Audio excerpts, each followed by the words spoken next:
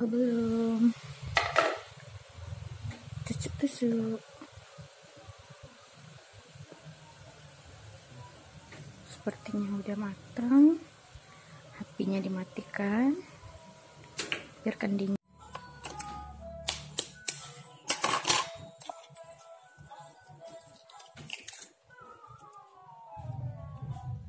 Telurnya dipecah buat nempel tepung panir. Terus telurnya diaduk pakai sendok, kocok ke telur.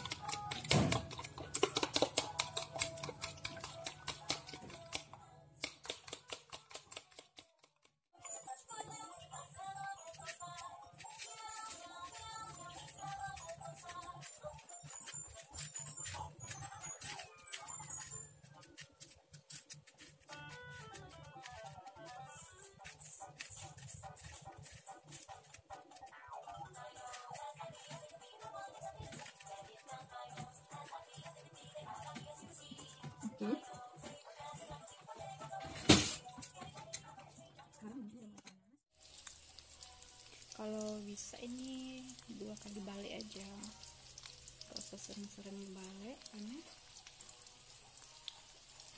apa udah potong-potong sendiri karena lunak.